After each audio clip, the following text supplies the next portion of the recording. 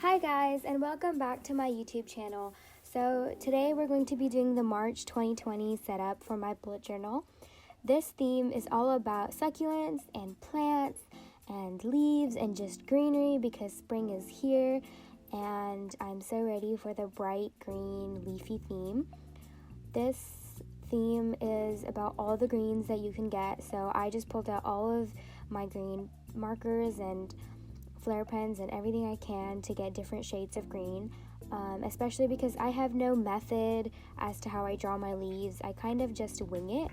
So this is all about all the greens you can get. I just try to make them all look different and have different textures and colors, which is how I'd like to differentiate them, but you can do it however you like. So my succulents are in the shape of triangles. You can do whatever shape you like, obviously. I just thought triangles were easy, and then I will also be doing a similar shape on the next page, so you can see that. And the last one I'm drawing is a cactus. I did want to add some cacti in there. I just really like cacti as part of my succulents. So this month is going to have very simple calligraphy and very simple handwriting, loose and simple and flowy, just because I feel that fits the most with the theme. And it's just very simple and flowy because I wanted a lot of white space, especially with this green theme going on. So yeah, the succulents are going to be hanging from the top of the page, and then the very bottom one is going to be hanging from the line that I just drew. I will be using my ruler a lot more in this video just because I really don't like using rulers. Rulers to me are just a kind of a pain, and I just like to wing it instead. But because there's just going to be so many more lines in this video, I will be using a ruler to make them a little more straight. So on this page, I'm going to have a quote as I normally do, but for right now, oops, sorry for my head getting in there. But for right now, I'm going to draw a diamond-like shape and then have leaves coming out of it.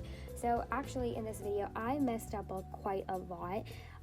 There's smudges everywhere, and I mean, I am using darker colors, but there's just smudges everywhere, and I am a very messy artist. So I just wanted to show you that even though you mess up a lot, there's a major smudge right there. Even though you mess up a lot, it's really easy to fix it. And I know some people are perfectionists and it really bothers them when there's like uneven lines or it's just messy or smudgy or whatever. Personally, it doesn't really bother me that much because other than me and you guys, nobody else is really peering into my bullet journal, and I am fine with looking at it with a few smudges. But if it really does bother you, and I feel like instead of ripping out the page and restarting, you can try covering it up with the design technique. Like right now, I don't know if you can tell, but that diamond is very uneven. One side is wider than the other, and that's just because I didn't measure it out properly. I just winged it, but that's okay because whenever I do write my quote, which I don't know yet, whenever I do write my quote, I will add some more color on the thinner side so it could be a little bit wider and shorter. So you kind of just have to impromptu add things sometimes to make it cover up for your mistakes. And also what I like to do is I like to go in with some whiteout. So I think liquid works better than the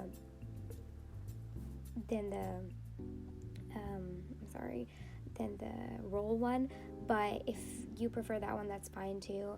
Either whiteout works fine, and I know it's a little off-white, so like the whiteout's super white and the paper might be off-white. I know that is for me at least, and that honestly isn't too big of a problem for me, but if you find that annoying, then feel free to use something else.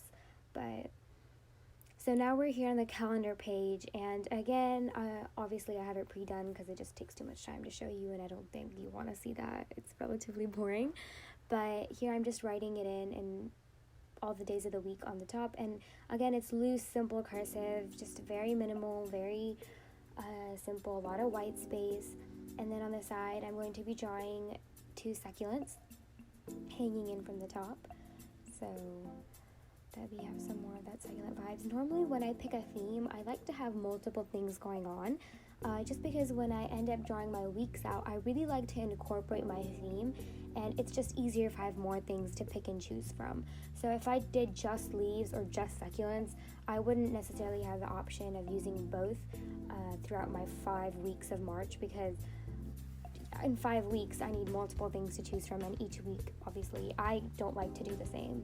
So the more things I add in a theme, the easier it is to me for picking and choosing those elements.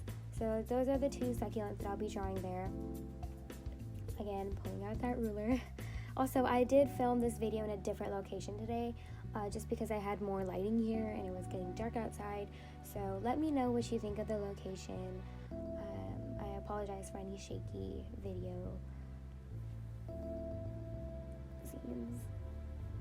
Down there, because the last 4 of that calendar space are empty, so I'm just going to be drawing extra leaves in there just to take up space and add some more greenery to the page.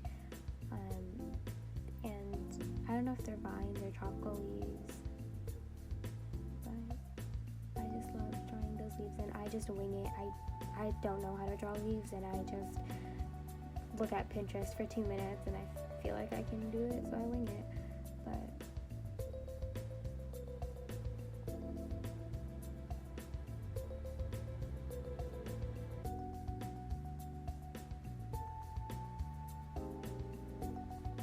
and then on the bottom, I'll be drawing in my to-do list as usual, just because I need visual boxes to check off in order to make me more productive.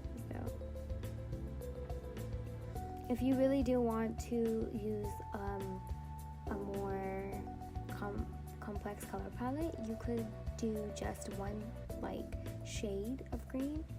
What I mean by that is you could do all bright greens, you could do all dark greens, you could do all more pale greens, if you would really like to do that. I just mix in all sorts of greens. I mix in bright and dark and pale and super corally and everything that I can find, just because I like the mixed variation of it. And at the very end, when you will see the cover page completely done and you see all the leaves surrounding the diamond, you'll be able to see that I just really contrasted all my greens. I put super bright and super dark together.